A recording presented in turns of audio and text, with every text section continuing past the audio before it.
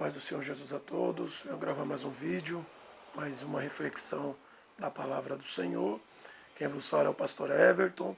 E desde já, antes de começarmos este vídeo, quero pedir a você que se inscreva no canal, que ative o sininho para estar recebendo notificações de mais vídeos quando forem postados no canal, que é um canal voltado para a nossa edificação e crescimento espiritual na pessoa bendita do nosso Senhor e Salvador Jesus Cristo. E para esse dia, quero trazer uma meditação na palavra do Senhor, palavra que se encontra no livro de Êxodo, capítulo de número 14, versículo de número 15, que está escrito bem assim: Então disse o Senhor a Moisés: Por que clamas a mim? Dize aos filhos de Israel que marchem. Muito bem, nos deparamos com uma palavra na qual nós observamos o povo de Israel saindo da terra do Egito em rumo a Canaã, na direção da promessa de Deus. Vimos então que Deus ele operou maravilhosamente para tirar o seu povo da terra do Egito. Foram 10 pragas sobre o Egito, grande devastação, grande pestilência houve no Egito, como nunca houve semelhante. Deus ele trabalhou de uma forma assombrosa para que Faraó pudesse deixar o seu povo ir. Porém, quando o povo de Israel sai do Egito, o povo parece, aos olhos do inimigo, está perdido, sem saber para onde ir. Mas Deus sempre tem a direção certa para o seu povo. Deus sempre tem a direção correta para os seus servos. Deus ele não manda ninguém fazer algo sem um propósito, sem um objetivo.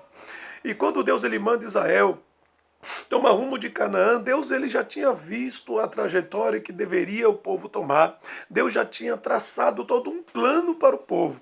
Deus não trabalha com plano B. Deus ele trabalha com plano e um objetivo concreto e único. Deus não tem um plano de fuga como os homens o têm. Muitas das vezes tomamos medidas na nossa vida e nós colocamos o nosso coração. Se não dá certo isso, faremos aquilo, ou se aquilo não funcionar, adotaremos isso. Deus não trabalha dessa forma, porque na sua onisciência, na sua onipresença e na sua onipotência, Deus ele é perfeito nas suas escolhas.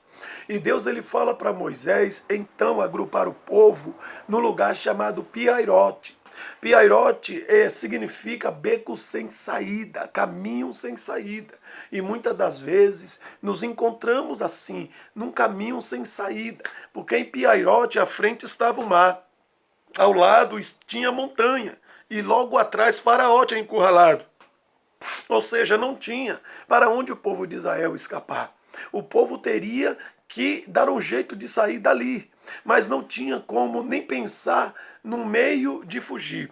E muitas das vezes Deus ele nos faz entrar por caminhos e becos sem saída, são os nossos piairote, para não adotarmos o plano B na nossa vida. Piairote é um lugar onde não existe plano B, onde não existe rota de fuga.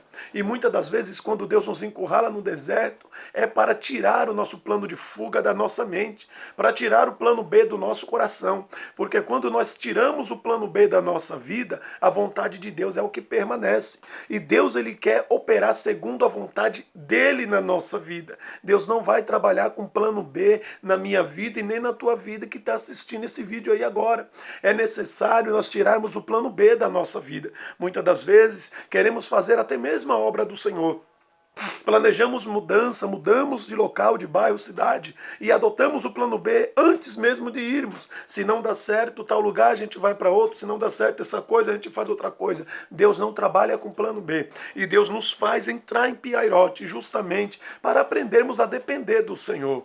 Quando o povo se vê sem saída, sem o plano B, sem rota de fuga, porque Faraó estava atrás, tinha montanha do lado e o mar estava na frente, o povo olha para Moisés e começa os porquês da vida, né?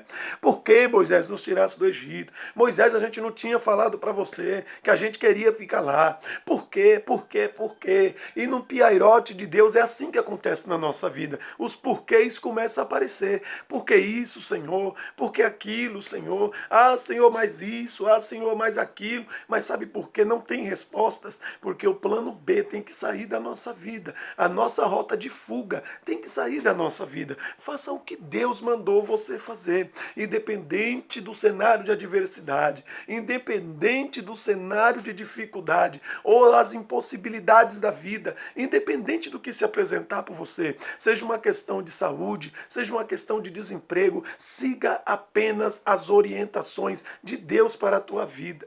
E Moisés, ele vai orar ao Senhor por causa dos porquês do povo.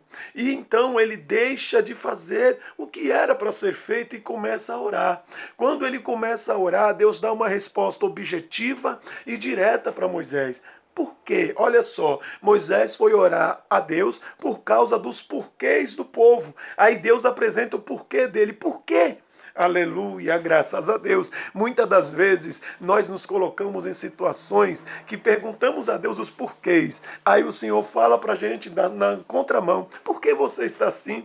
O salmista, ao escrever o Salmos 42, se me falha a memória, logo aí ele começa no versículo 5 a dizer assim: por que te abate, minha alma? Por que está abatida? Espera em Deus, pois ainda eu o louvarei. Por que te abate? Por que está afligida, minha alma? É os nossos porquês. E muitas das vezes nós observamos Deus, ele mandando os porquês, porque ele já deu a direção. E o porquê de Deus já é uma exortação. Por que você está assim, se uma ordem já foi dada? Por que você está fazendo isso, se era para você fazer aquilo? E Deus, ele começa a nos exortar de forma que não era para a gente ser exortado também, porque muitas das vezes nos colocamos na contramão do projeto do Senhor, e as nossas indecisões, a nossa rota de fuga faz a gente fazer escolhas erradas na nossa vida. A nossa rota de fuga, o nosso plano B e as nossas indecisões faz com que nós venhamos desobedecer o mandato do Senhor também. Aleluia. E Deus, ele fala abertamente para Moisés sem problema nenhum. Por que clamas a mim? Fala para o povo marchar. Sabe por quê? Muitas das vezes as nossas indecisões faz a gente tomar muitas escolhas que não éramos para tomar, como eu já disse aqui ainda há pouco. E eu vou te falar uma dessas coisas. A primeira coisa que a nossa indecisão faz a gente fazer é: nós muitas das vezes paramos para orar quando é para agir.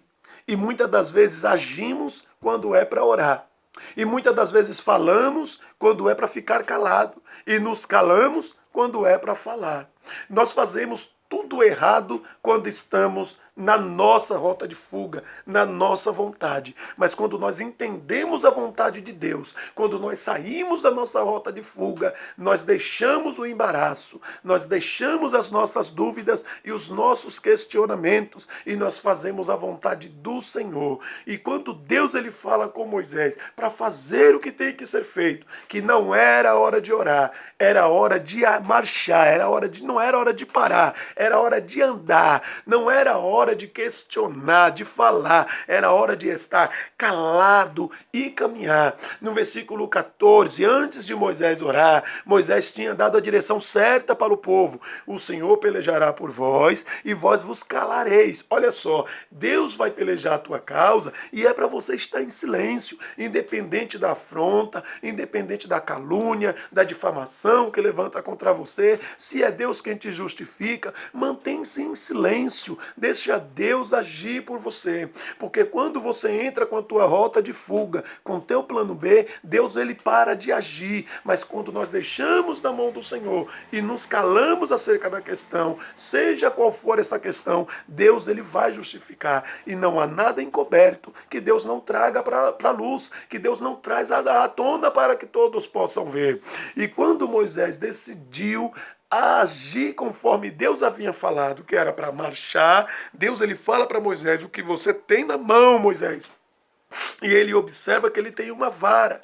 Para quem tem uma visão simples das coisas, era apenas uma vara. Mas para quem tem uma visão holística espiritual acerca daquilo que Deus faz, aquilo era uma arma, era uma chave, era o princípio da vitória, o princípio de um testemunho. Às vezes o que tem na tua mão pode ser um pouco de farinha, um pouco de azeite, mas é a chave que Deus te deu para você vencer. Não precisa você conhecer muita coisa, é só você usar o conhecimento que Deus te deu, o discernimento que Deus te deu para você lutar, para você perseverar, para você permanecer na presença do Senhor. Entenda que Deus manda Moisés tocar na água, e quando o mar se abre, ninguém mais lembra de Faraó, ninguém mais lembra da adversidade, ninguém mais lembra que estava em Piairote. O povo só vê a porta aberta e começa a passar no meio do mar. Do outro lado, Deus fecha o mar sobre Faraó.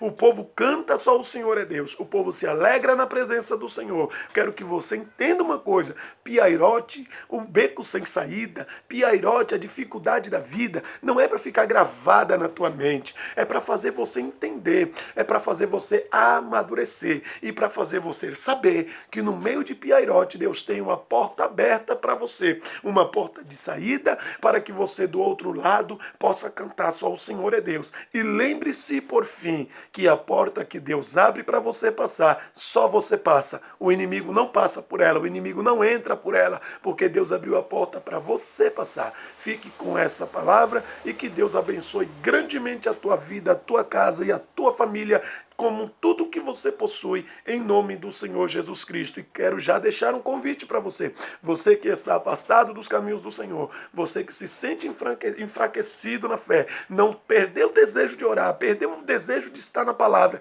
perdeu o desejo de frequentar os trabalhos na casa do Senhor, de estar nos cultos, de estar na escola dominical, eu quero convidar você, retome a tua vida de oração, retome a tua vida ministerial, depressa na presença do Senhor. Estamos vivendo os últimos dias e o Senhor vai vir buscar a igreja e conta com um remanescente fiel para continuar anunciando a palavra do Senhor. Procure depressa a casa do Senhor para cuidar das feridas da tua alma, para cuidar da enfermidade da tua alma, e ponha-te de pé na presença do Senhor, porque ainda tem tempo e Deus quer levantar a tua vida, restaurar a tua casa, restaurar teu casamento, restaurar a comunhão dentro da tua casa, em nome do Senhor Jesus. Que haja libertação sobre a tua vida, que haja libertação sobre a tua família, e que em tudo que você colocar as mãos, que Deus confirme a bênção e a paz e a prosperidade da parte do Senhor sobre a tua casa, em nome de Jesus. Que Deus te abençoe, em nome do Senhor Jesus Cristo.